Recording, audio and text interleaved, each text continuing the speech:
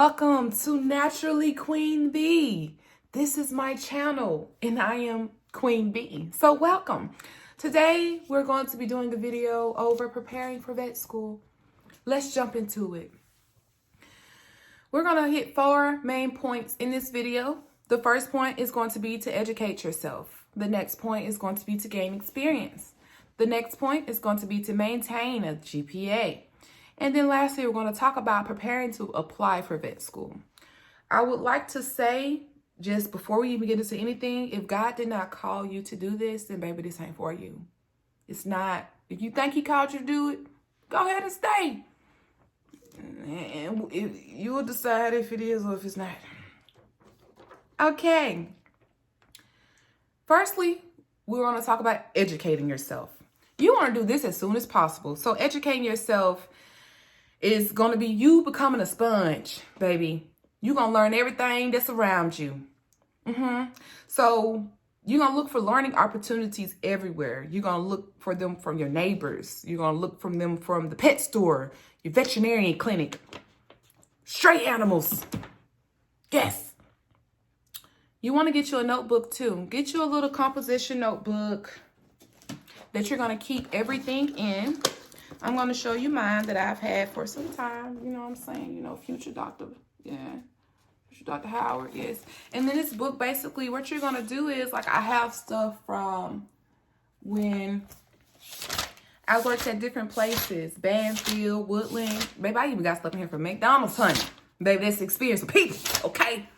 I just want you to know. Because, baby, that was a hard job. Yes. Just make sure you're recording everything in here. In here, I have things such as stone removal surgery, pregnancy ultrasound, I don't know why I say urinary, but it's supposed to say urinalysis, cystocentesis. It was guided. Entropion surgery. I assisted with the neighbor cat delivering kittens in June of 2019, baby. So if you keep a book and you record all those things, baby, because I promise you I remember that. Keep it in a book. Because if you write down everything, there's no way that you can miss stuff that you've done. So it's important to write down everything that you're doing, animal experience, clinical experience, any type of experience. Get you a book and record it all. Let's go. All right. It's important to know the prerequisites of whatever school that you are intending to apply to and attend to. Every school has different prerequisites. It's very important that you keep up with them. I'm going to put a link in the description below to where you can go and find all the prerequisites for all the vet schools. I do have a handout right now that I can show you guys. I purchased from the website. That is the link that I provided at the bottom down there. And this is going to show you a summary of the requirements that each vet school has. So this is specifically Auburn, and these are the things that they require. And on top of that, you got somebody, Atlantic Vet School, and they have their own little thing going on. So it's best to what? Make sure you know which schools you are applying to and to know what they want you to take, okay? Every school is not going to want you to have the same thing. So it's important that you look for this for yourself. Don't worry about what nobody else telling you. Go find out for yourself, okay? All right. Link in the description.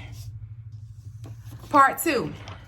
Gaining experience. So there are 2 types of experiences. The first type is going to be animal experience. There is no veterinarian required for animal experience. So animal experience is going to be something such as house pet experience, feeding the animals, responsibility of caring for the animals. Baby, you could be pet sitting the animals. You ain't even got to be somebody else's animals. It could be your animals. It's experience with animals. The second point in this is going to be getting experience with handling animals. You can do this by, holding your dog, clipping their nails, holding somebody else's dog, helping them clip their nails. But you can also go to a pet store. This is what I personally did when I worked at Pet Supermarket. We had like little handouts that we would give to clients if they had a question about a specific animal or like a specific species. So we go through that with the person. You can hold the animal and learn about the animal. And me personally, I feel like that's great personal experience. But hey, whatever toot your canoodle, baby. All right. Alrighty. All right. So the next point in animal experience, you can ask questions to your veterinarian. When you are there getting your puppy checkup or your senior checkup or just your adult checkup, let's say she says he's overweight. Okay, well, which scale are we on? Are we on the 1 to 10 scale? Are we on the 1 to 5 scale? If so, which number are we on this scale? Learn, ask questions. If you don't know how to restrain, hey, can you show me how to restrain my animal? Hey, can you show me how to clip nails? Vets are good resources and they are more than willing to help you, but you have to ask. They can't read your mind, okay? All right. So talk to your vet. Ask them if you could shadow them, ask them, can you just come and watch? It just depends. If you ask, you won't know. All right, so the second type of experience is going to be clinical experience. This is actually the most vital of the two because this is the one that vet schools are looking for. So clinical experience does require a veterinarian to be with you. This is the time that you are working under a veterinarian, okay? All right. So you can volunteer at a shelter. You can also volunteer at a vet clinic. There are age restrictions. You need to check with your state, your city, and your clinic, honey, because I don't know. All right. You can also work at a clinic. You can work as an assistant. You can work as a tech. You might have to work as a kennel tech, Baby, you got to get in where you can get in. And then once you get in, honey, let's say you applied and they didn't have a position for a veterinarian assistant or a veterinarian technician. So that means that the only thing they have is a kennel tech. So you're the one that's cleaning up behind the animals. As a vet tech and vet assistant, I still was doing that. So it's experience. While you are the tech, even though you are not the actual vet tech, you're just the kennel tech. Ask questions while you're back there with the staff. Watch how they are restraining animals. Ask him, if someone is clipping nails, hey, can I help? Show me how to restrain. Show me how to angle the clippers. Like, you can ask, baby, you got to get in there because they ain't going to give it to you. So you're going to have to ask. Closed mouths, they never get fed. I'm just going to say that. Okay. So when you're going out and you are gaining these different experience, whether it's going to be your animal experience or your clinical experience, it's important to build and maintain genuine relationships with the staff, the veterinarian, the technicians, the CSR, CSCs, whatever y'all want to call them, reception people. You know what I'm saying? They are vital too. It's important to create a good relationship with those people, especially the vets, because those will be your future colleagues in this field. In the techs, it takes a great tech to make a great doctor. I'm sorry. You can't have one without the other, baby. It's like peanut butter and jelly. They need to go together. All right. So let's go to the third point here. The third point is going to be maintaining your high GPA. Okay, maintaining is very important. It's vital. Each vet school does require different GPA minimums, and it is very vital that you seek and beseech what you're looking for. Yeah. Okay. So just in school general, if you are not currently in college and you are like high school and you're on your way, before you choose a major, you want to make sure that major is going to meet most of your prerequisite, baby. If you don't have a specific major that you want to major in and vet school is your main goal, get a major that's going to cover most of the prerequisites. So that way you're not having to stress out and take classes outside of your major. Now you're going to still have to take some, but it's not going to be like you have 7 classes to take outside of this major. If you want to be an English major, that's fine, but you're going to have a lot of prerequisites that you're going to need to get into vet school. So it just depends on your personal goals, what you want to do. There is no right or wrong way, okay? All right.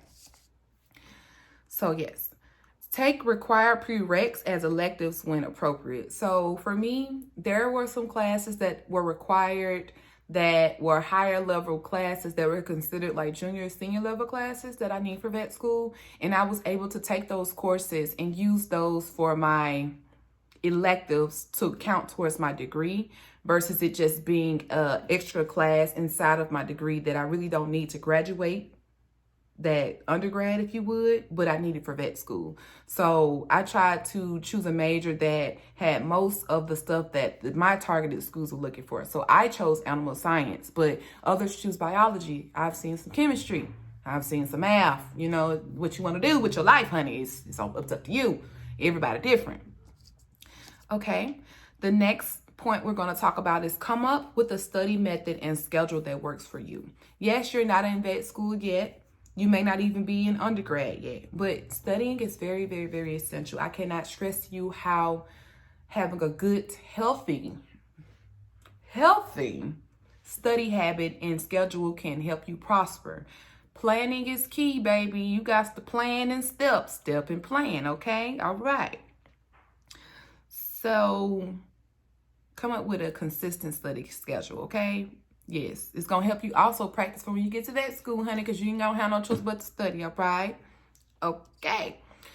All right, so learn as much as possible. Pay attention. Ask questions. Yes, undergrad, yes, this is not what you really want to do. This is another step to where you want to go. But guess what? If they require us to go through this, that means that there's something in this phase that we need to learn, okay? So learn as much as you can. I look at it as if I learn as much as I can now when I get to vet school, yes, there's still a lot of stuff that I'm going to need to know. However, it's not going to be as frustrating as if I just kind of like skated through school and I didn't really learn anything. And now I'm here and I'm confused and I'm frustrated and I just quit. Yeah, we can't do that, honey. So prepare yourself early. All right. Woo. And out of this third point, baby, this is what I consider the most important out of this third point, okay?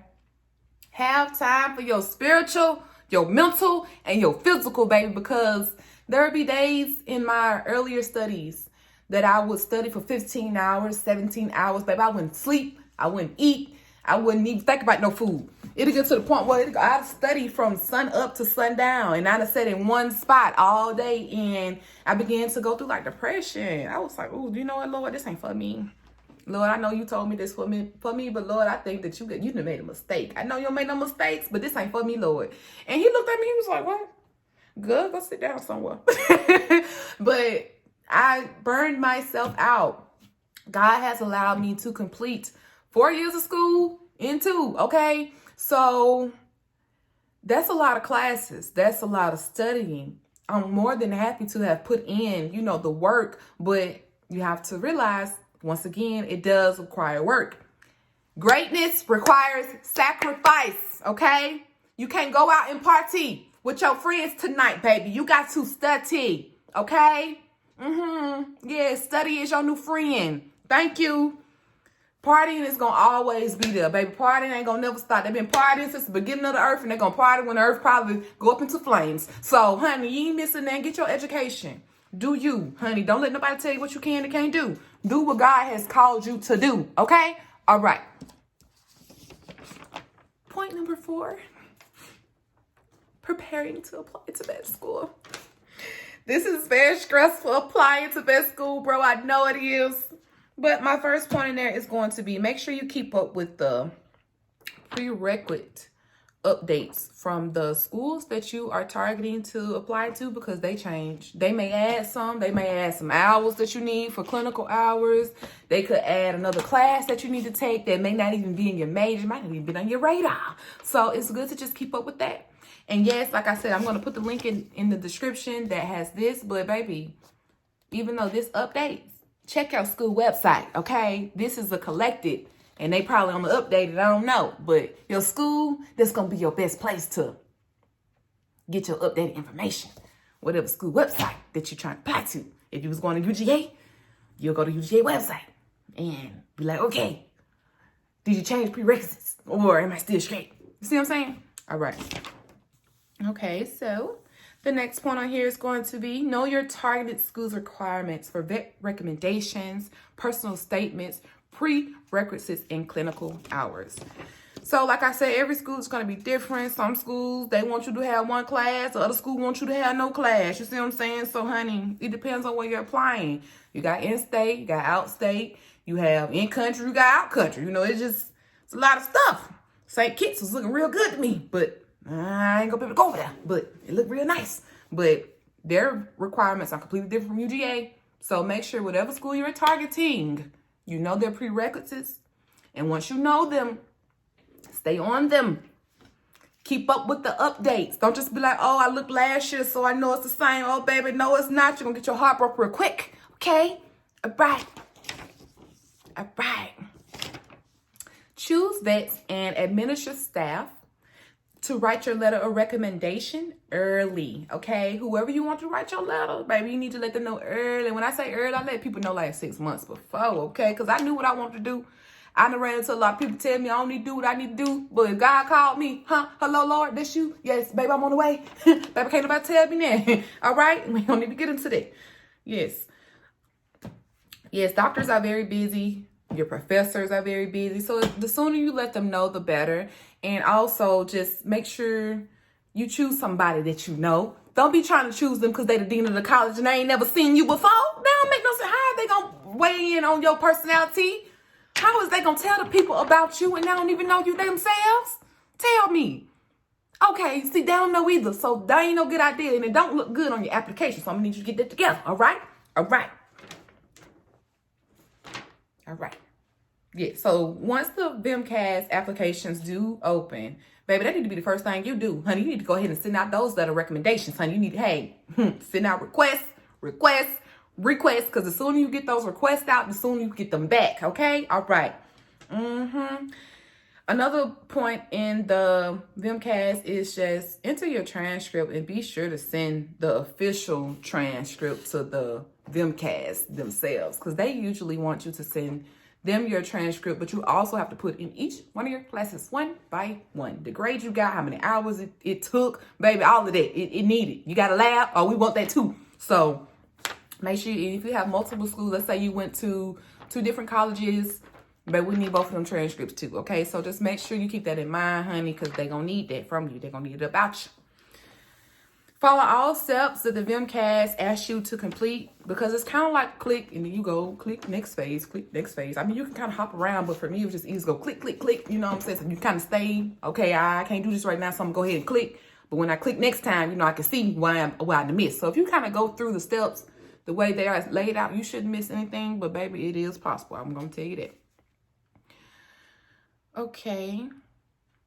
Okay, so ensure that you complete all steps for each one of your chosen schools. Many schools do require a supplemental application. Yes, I know you have to pay the VMCAS. I know it's per school, but baby, when you get the supplemental application, for example, let's say I've already submitted everything that I needed for the VMCAS.